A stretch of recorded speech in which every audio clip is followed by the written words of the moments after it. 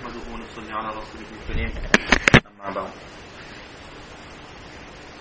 La dernière fois, nous étions dans le chapitre Babu ma yunha an yustanja bihi, le chapitre dans lequel le saint prophète sallallahu alayhi wa sallam nous enseignait certaines choses avec lesquelles il n'était pas bon de se purifier après avoir accompli ses besoins.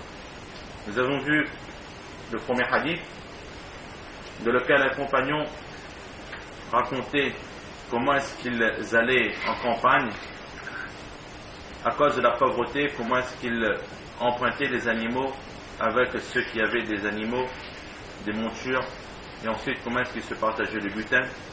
Et enfin nous avions vu le hadith en lui-même qui nous intéresse, où le saint prophète sallallahu alayhi wa sallam nous a défendu certaines actions. La première action, c'était de faire des nœuds, des tresses dans la barbe. La seconde action, c'était de mettre une corde dans notre cou. Et enfin, la troisième action, c'était de se purifier avec de la bouse, des crottes d'animaux ou des os. Donc, quel était le hadith que nous avions vu? Nous avions, par la grâce d'Allah, plus ou moins expliqué chaque point selon l'enseignement de nos professeurs. Et il restait, avant de continuer, quelques petites règles de jurisprudence à voir. Ce ne sera pas très long, Inch'Allah. Le masla, la règle qu'il nous incombe aujourd'hui, c'est de savoir est-ce que le saint prophète sallallahu alayhi wa sallam ici, il nous a interdit de nous purifier avec des os et donc les crottes ou les bouses d'animaux. Les crottes d'animaux, pourquoi? Parce que ce sont des choses qui sont impures. Alors la question se pose est que si par exemple nous avons quelque chose d'impur en notre possession et qu'avec cette impureté on peut enlever de notre corps les impuretés dues aux besoins que nous avons fait, que ce soit les urines ou que ce soit les selles. Alors, est-ce qu'on sera considéré comme pur après avoir utilisé de telles choses ou pas? Alors, Imam Shafi'i et Imam Ahmad ibn Hanbal alayhim rahma, ils sont d'avis que lorsque nous avons accompli nos besoins, pour retrouver la pureté, il faut absolument que ce qui est utilisé est quelque chose de pur. Par exemple, un exemple très simple, nous avons par exemple un papier toilette. Le papier toilette est à l'origine quelque chose de pur. Mais maintenant, mettons que nous sommes en voyage et que nous n'avons pas avec nous de papier toilette, nous n'avons pas de mouchoir, etc.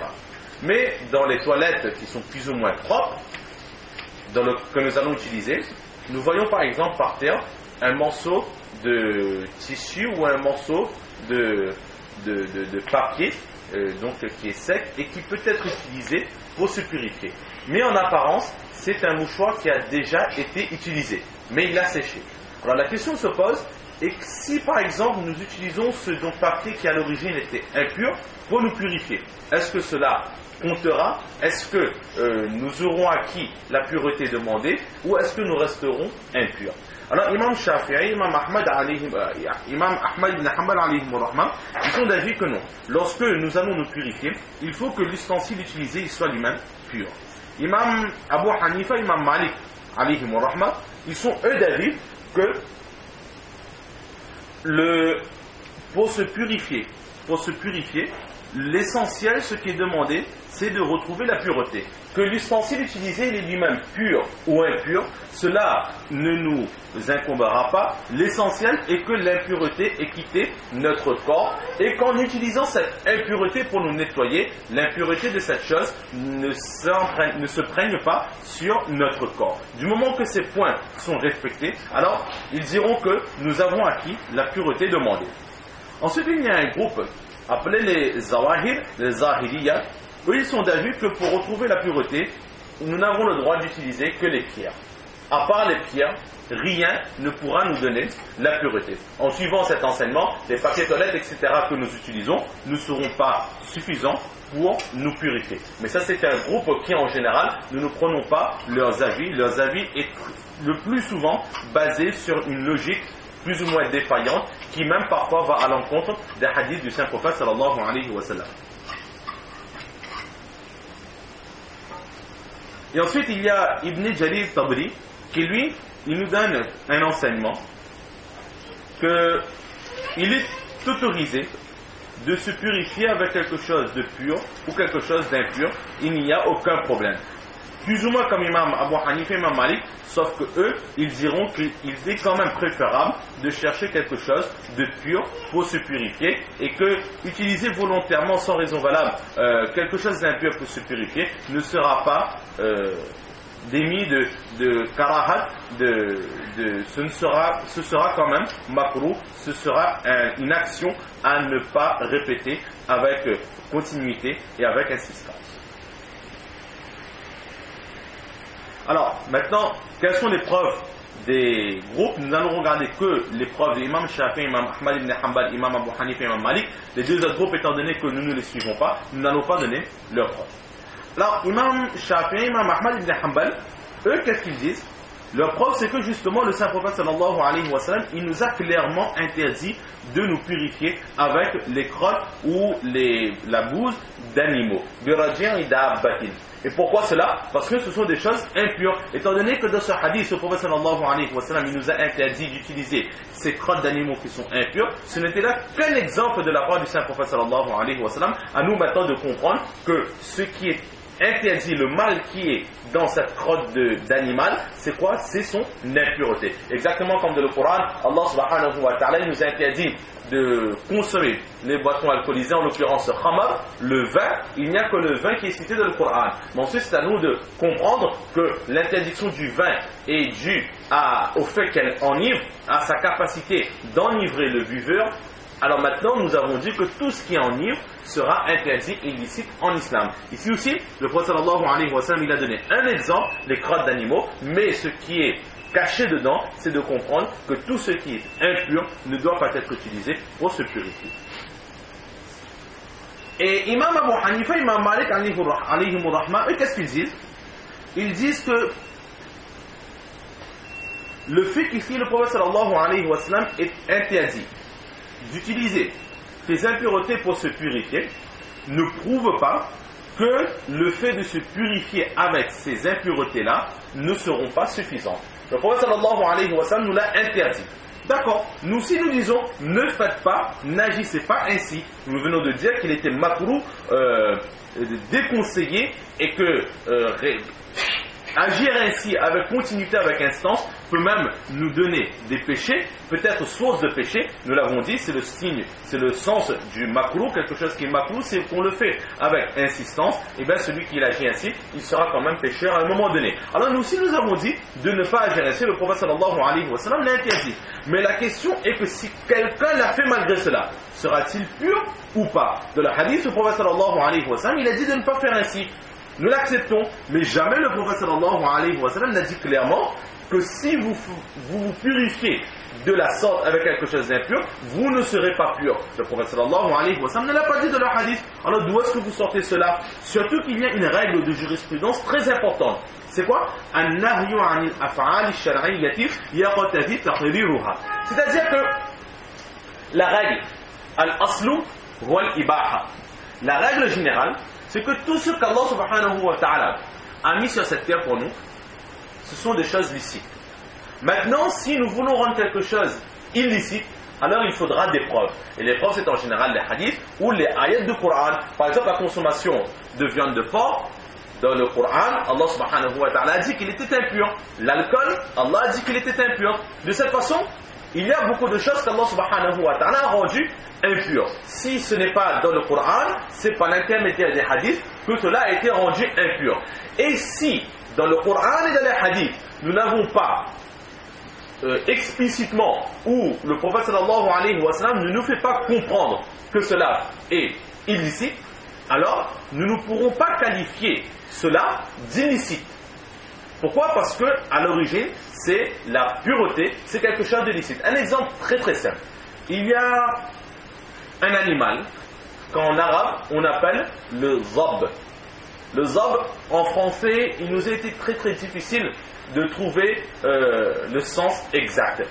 Après avoir demandé à certaines personnes qui ont déjà vu le zab, ils nous disent que c'est un animal qui ressemble fortement à un iguane.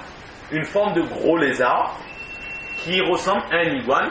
Et le professeur nous disait que les hommes, donc cet animal-là, était très souvent utilisé par les voleurs. Pourquoi? Parce qu'ils ont des pattes en forme de ventouse. Et lorsque ces animaux ont peur, alors ils s'agrippent à là où ils sont, et leurs pattes qui sont comme des ventouses vont s'attacher à ce mur ou au rocher, etc. Il sera très très difficile de le détacher de cet endroit tant que cet animal sera effrayé. Alors les voleurs, qu'est-ce qu'ils faisaient? Ils prenaient une corde, ils attachaient l'animal avec, et puis ils le tournaient. De cette façon, l'animal prenait peur. Et lorsqu'ils avaient suffisamment tourné, ils prenaient cet animal et ils le lançaient sur un mur. Donc, par crainte, l'animal il va s'agripper au mur et il ne va pas lâcher ce mur tant que sa crainte ne se sera pas dissipée. Et de cette façon, étant donné qu'il est agrippé, ensuite les voleurs, ils utilisent donc cette corde et cet animal qui est donc agrippé en haut, qui fait office de support, et ensuite ils pouvaient grimper sur la corde et l'animal restait fixé à ce mur et très facilement le voleur pénétrait dans le bâtiment. C'est quelques explications que nous avons sur cet animal. Donc on va dire que, admettons qu'il y a un animal qui ressemble fortement à un iguane. L'iguane, un gros lézard, un très gros lézard. Alors déjà, nous-mêmes, nous dirons que c'est pas très appétissant de manger cela. Une fois, cet animal a été présenté au Saint-Prophète sallallahu alayhi wa sallam. Il était invité, et là on lui a présenté cet animal, le compagnon qui raconte, le Prophète sallallahu alayhi wa sallam, il a mangé, mais il n'a pas mangé de cet animal. On lui a demandé, pourquoi est-ce que tu ne manges pas cela? Et nous avons déjà vu dans un hadith, Ma'aba Rasulullah sallallahu alayhi wa sallam ta'aman qattu. Le Prophète sallallahu alayhi wa sallam n'a jamais critiqué de la nourriture. Et là nous voyons la finesse de l'élocution du Saint-Prophète sallallahu alayhi wa sallam. Pour refuser cela, il n'a pas dit que j'aime pas cela, ou que cela me dégoûte ou autre. Qu'est-ce qu'il a dit? Il a dit que dans mon éducation, je n'ai pas eu l'habitude de manger de cet animal. Étant donné que je n'ai pas été éduqué ainsi, alors je ne mange pas de cet animal. C'est tout simplement ce que le Prophète sallallahu alayhi wa sallam il a dit. Et il s'est abstenu. Mais les compagnons, qu'est-ce qu'ils ont dit? Nous avons mangé de cet animal et le Prophète sallallahu alayhi wa sallam ne nous a rien dit. C'est pour cela que certains juristes sont d'avis qu'il est makruh, il est déconseillé de manger cet animal car le Prophète sallallahu alayhi wa sallam n'a pas touché de cet animal, mais il ne sera pas illicite parce que les compagnons l'ont mangé, le Prophète sallallahu alayhi wa sallam ne les a pas interdits. Alors maintenant, ce que nous voulons faire comprendre dans cet exemple, c'est que l'iguane, un gros lézard, en apparence, c'est quelque chose qui n'est pas appétissant. Quelqu'un pourrait dire que comment tu manges un gros lézard? C'est ça et ça, c'est impur ça. D'accord? Mais maintenant, nous allons dire al-aslu al-ibaha. À l'origine, c'est licite. Est-ce que dans les récits de le Coran, vous avez une preuve qui nous montre que ce gros animal, le zob, il est illicite? Nous n'avons pas, même si c'est dégoûtant, même si ce n'est pas appétissant, nous n'allons pas dire que c'est illicite. Pourquoi? Parce qu'à l'origine, il est licite, et le prophète sallallahu alayhi wa sallam, lorsqu'on l'a présenté devant lui, il n'a pas dit que c'était illicite. Mais ils diront, le prophète ne l'a pas mangé, alors vaut mieux éviter de le manger. Alors ici, c'est la même chose que nous allons dire à Imam Shafi'i et Imam Ahmad ibn Hanbal alayhimur rahma, où est dit, où est-ce que c'est précisé dans les écrits religieux que chercher la pureté avec quelque chose d'impur ne nous purifiera pas. Vous n'avez pas ce texte avec vous, donc vous ne pouvez pas déduire cela avec le simple fait que le prophète sallallahu alayhi wa sallam nous a interdit d'utiliser des choses impures pour se purifier. Ne pas le faire, certes, mais dire que la pureté ne sera pas acquise, cela nous ne l'acceptons pas. Un exemple qu'il donne, c'est que il est interdit de jeûner le jour de Yawmun Nahar, le jour du Qurbani, le jour du Baqra'id. Il est interdit de jeûner en ce jour. Le prophète sallallahu alayhi wa sallam nous l'a interdit. Exactement comme ici, il nous a interdit de nous purifier avec quelque chose d'impur. Mais, malgré le fait qu'il est interdit, il est haram de jeûner en ce jour, si quelqu'un a jeûné, alors son jeûne comptera. Cette personne sera pécheresse, mais malgré cela, le jeûne qu'il aura fait sera accepté. Si par exemple il a fait le niyat de faire un qaza, de rattraper un jeûne, alors dans sa liste des qaza, il y aura un jeûne en moins parce qu'il a jeûné dans son intégralité, même si du fait qu'il a accompli cette action, cette personne sera pécheresse, mais le jeûne sera quand même accepté. Là nous voyons aussi qu'il y a interdiction de jeûner le jour de Baqra'id, mais si on le fait, cela est accepté. Alors nous aussi nous disons, il y a interdiction de se purifier avec quelque chose d'impur, mais